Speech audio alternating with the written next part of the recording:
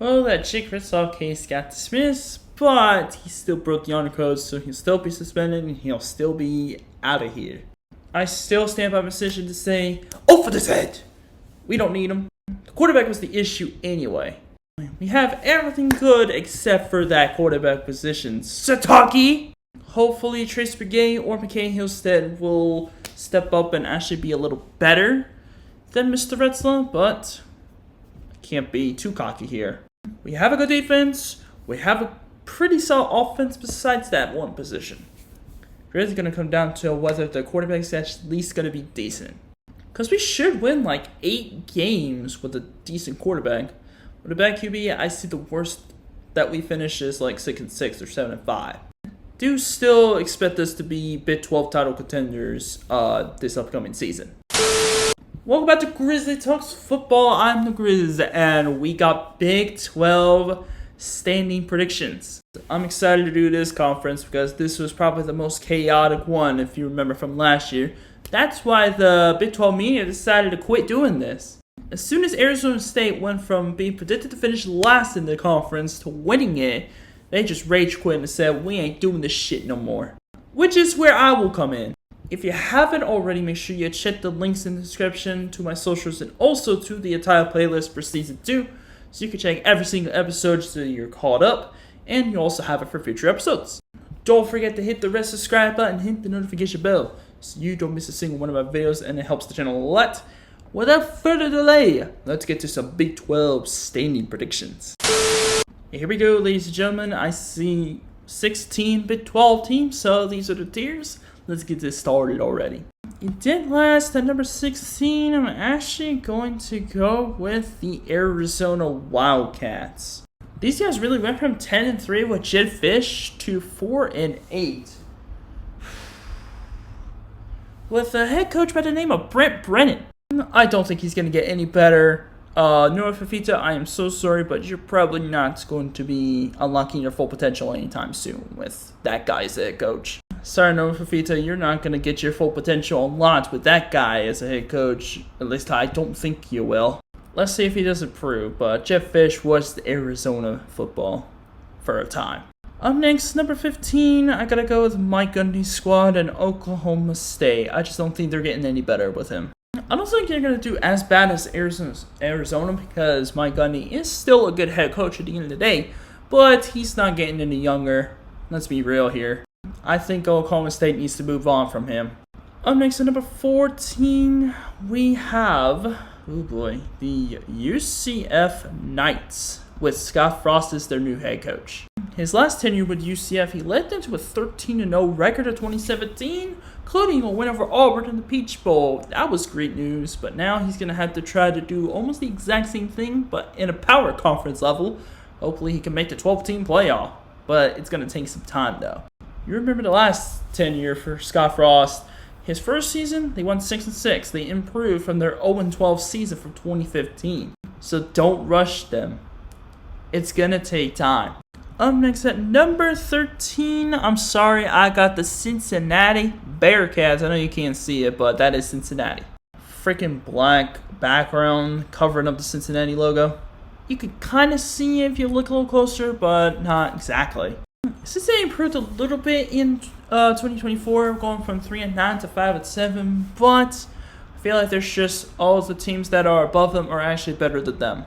Scott Satterfield is taking this program on the ups after they had a playoff appearance with Coach Lou Finkel. But I do think there is some potential here. Matchup against Nebraska, certainly does not help in the slightest, especially with Coach Matt Rule over there at Nebraska. Expect the bowl game if you're a Bearcat fan, because you're not tasting the playoff until, like, I don't know, a couple years from now, maybe.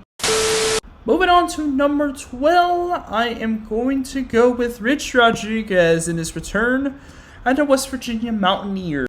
Ever since Rich Rod left and West Virginia had that thing with the Big East and then the Big 12, they kind of been an afterthought, sort of. Before then, it was Geno Smith, but he led them to some okay seasons. Unfortunately, after that, they've just been an afterthought, except for a magical 2018 season. That doesn't matter because now we're focused on the present. Rich Rod, I mean, I don't think he's going to create the same magic at West Virginia as he originally did, but maybe he could make ends meet and make a bowl game. Oh yeah, there's no such thing as Pat White anymore. I mean, that died with the old Rich Rod. At number 11, I'm actually going to go Willie Fritz and the Houston Cougars. Getting former Texas A&M quarterback Connor Weigman was nice, but I see the ceiling for Houston being at least an 8-win team perhaps. Maybe in a guaranteed bowl game. Willie Fritz is on the ups right now. He brought Tulane to national relevance. Maybe he could do the same with the Houston Cougars. It'll take time. Now we reached the top 10 with the number 10 spot. I'm sorry, it's going to go to the TCU Horned Frogs. Yeah, they did win 9 games last year, but no Josh Hoover definitely made the huge jump. I just don't see anybody catching up to any of these other teams. I think they might be slightly overhyped. At number 9, this is going to surprise a lot of people, but I think the Texas Tech Red Raiders are going to be at 9 here. They did get the number 1 transfer portal ranking for this year, which is not that bad, but they don't always pan out. Don't expect Texas Tech to be contenders right away, especially with that transfer portal class. Always have an assumption that they could be good, but they also could not pan out. After all, Texas Tech hasn't really won a Big 12 title either. Moving on to number 8. I'm actually going to have the Colorado Buffaloes on here at number 8. Coach Prime's still there. Shedeur Sanders and Travis Hunter are gone. And now they got quarterback Hayden Salter to worry about. There's going to be a lot of eyes on this Colorado team, and I'm actually very intrigued by what Coach Prime has in store for us in year number 3. They really could be a dark horse for the Big 12. At number 7, I'm actually going to say the Utah Utes at number 7. I'm not going to put them dead last. They don't deserve that. Their coach is still Kyle Whittingham. I mean, he's not getting old any younger, so probably not going to contend for a Big 12 title, but they should do well, better than 5-7. Devin Dampier is a transfer, and I think his coach went along with him to be the offensive coordinator for Utah. Cam Rising did medically retire from football, and in his place is Mr. Devin Dampier. Not sure how he's going to do with the Big 12, but maybe he could do something, except probably beat us, because we're going to beat them 3 times in a row. At number 6, I'm actually going to have the Kansas Jayhawks. Just an unfortunate season for Kansas. Started the season ranked, went 5-7 under Lance Leipold, but he has turned this program around into a consistent bowl team. Jalen Daniels is coming back for his 6th and final season. Maybe he can have his best season in his career, so that he could probably get drafted. Could Kansas get back to perhaps Big 12 championship contention? Who knows? And finally, at number 5, this is going to be the interesting part, but I'm actually going to have the... no, not them. The Iowa State Cyclones at the 5 spot. I was deciding between Baylor and Iowa State. I think Iowa State is very close, but I think they're going to be at 5. I think they're going to be a little bit worse. Matt Campbell has proven time and time again that he is a really good coach. Rocco Becht and Brock Purdy were among his quarterbacks that were actually doing pretty well for him. They won 11 games, including the Pop-Tart Bowl against Miami. They nearly made the college football playoff with Matt Campbell and Rocco Becht. Becht had a spectacular year, and he is coming back, so maybe they could contend again. They do lose 2 of their best receivers, though, to the Houston Texans. Let's see what Rocco can do with some new weapons. That brings us to the top 4. At number 4, yep, I'm going to do it. Nope, not them. Why in the world am I doing that? Anyways, number 4, Baylor. Dave Aranda is really bringing Baylor back to what they were in 2021 somehow. Baylor's finding themselves in Big 12 contention right now, in my personal opinion, because Sawyer Robertson, running backs, Bryson Washington, Dawson Pendergrass are some of among the offensive talent that they got. They do start the season playing Auburn, SMU, and Arizona State in their 3 of their first 4 games, so that definitely doesn't help. But if they can get through that stretch alive, the Big 12 title could fall into the hands of the Baylor Bears for the second time in 5 years. So the only way to find out is by playing the games, right? At number 3, I'm going to be humble, I'm going to say the BYU Cougars are at 3. Kalani Sitake led BYU to their third 10-win season in his career, second time winning 11 games last year. We were one of the big surprises of the Big 12. He's finished 5-7 in 2023, but then we went 11-2 the following year. Nobody knows about how we're going to perform without Jake Grizzly, but I think we're better off without him. A lot of our offensive weapons are still there, same with a lot of our defensive weapons.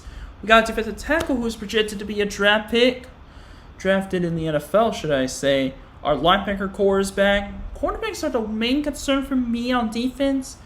Not as concerning as the quarterback, though.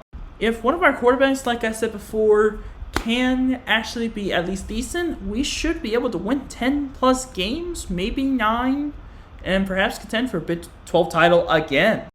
Let me just tell you, if we learned anything from last year, the Big 12 is wide open.